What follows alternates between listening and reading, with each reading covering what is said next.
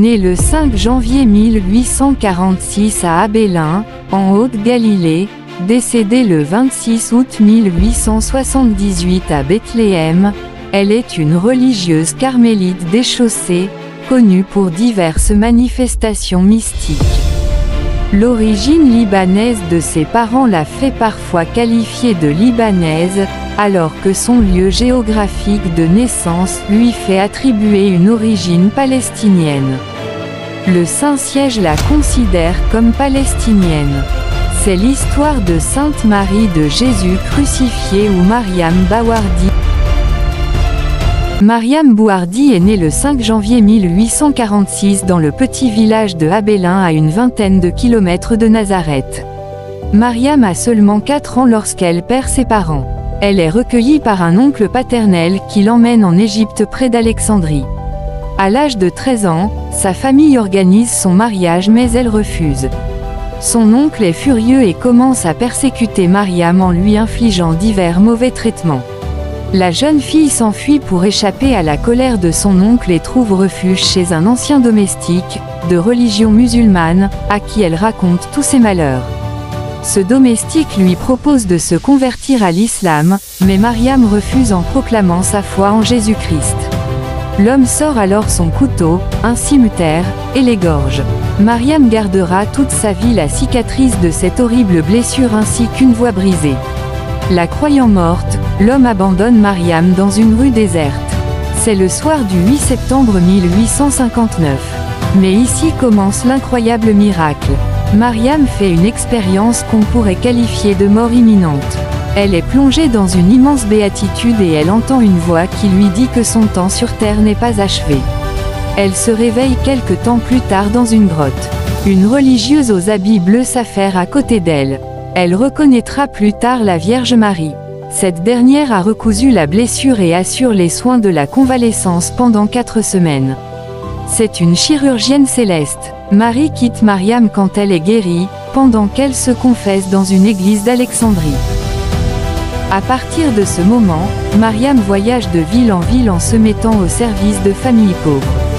Elle passe d'Alexandrie à Jérusalem, puis Jaffa, Beyrouth. Sa vie s'accompagne de guérisons miraculeuses pour les familles où elle séjourne. Quand elle constate que l'admiration à son égard est trop grande, elle s'enfuit pour préserver son humilité. Finalement, à 19 ans, elle sert une famille française qui l'emmène à Marseille en 1865. Dans cette ville, elle découvre avec émerveillement les sœurs de Saint-Joseph de l'Apparition. Elle y est acceptée comme postulante, malgré le fait qu'elle soit illettrée et que son français soit très approximatif. Commence alors une série de phénomènes mystiques comme des extases, les stigmates de la passion qu'elle revit chaque semaine et qu'elle interprète par naïveté comme une maladie, toutes sortes de choses qui mettent les sœurs de Saint-Joseph mal à l'aise. Cela explique qu'au bout de 2 ans de noviciat, Mariam ne soit pas acceptée dans la congrégation malgré son dévouement dans tous les humbles services qui lui ont été confiés. À sa sortie des sœurs de Saint-Joseph, Mariam entre au Carmel de Pau comme sœur converse et prend pour nom sœur Marie de Jésus crucifié. Elle se considère comme « le petit rien » du Seigneur. Les grâces mystiques continuent. Le 24 mai 1868, elle reçoit la grâce de la transverbération du cœur, c'est-à-dire que son cœur est transpercé comme l'ont été les cœurs de Thérèse d'Avila ou de Padre Pio. « Je suis en Dieu et Dieu est en moi », dit-elle à propos de cette grâce. Après sa mort, les médecins constateront en effet que son cœur porte la marque d'une blessure, comme s'il avait été traversé par une pointe de fer. Elle vit aussi des épisodes mystérieux de possession démoniaque où elle résiste héroïquement aux démons. 3 ans après son entrée au Carmel, ses supérieurs l'envoient à Mangalore avec un groupe de sœurs pour fonder le premier Carmel d'Inde. 3 sœurs meurent en route.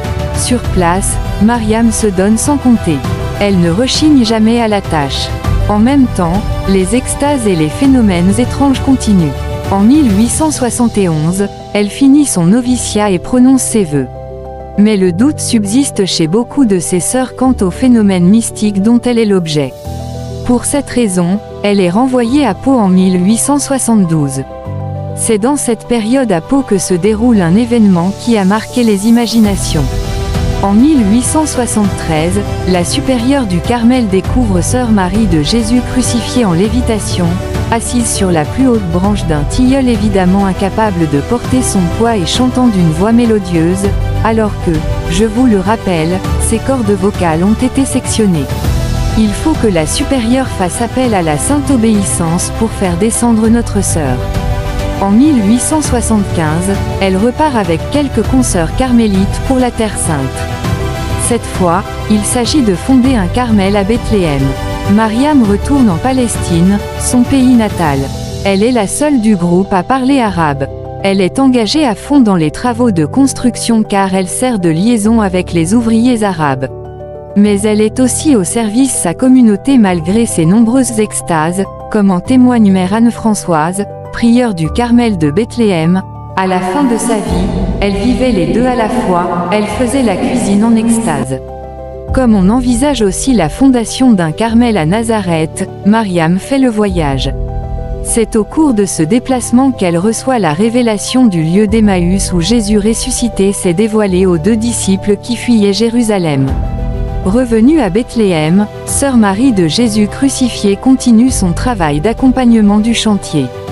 Un jour en apportant de l'eau aux ouvriers, elle fait une chute et se casse le bras. Elle annonce à sa supérieure qu'elle ne guérira pas. « Le désir de toute ma vie va s'accomplir », dit-elle. « Je vais voir Jésus ». Sa prédiction se vérifie.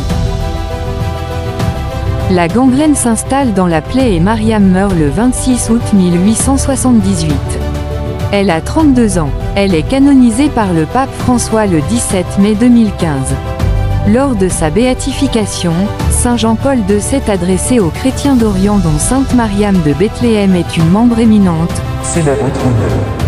Et je vous encourage à garder et à manifester votre attachement indestructible à cette terre qui est vôtre, où vous avez vos racines, comme Mariam Bawardi. Que la bienheureuse Marie de Jésus crucifié vous accompagne sur ce chemin difficile. Avec Sainte Mariam, prions pour les chrétiens d'Orient et en particulier pour ceux de Palestine dont le nombre diminue sans cesse.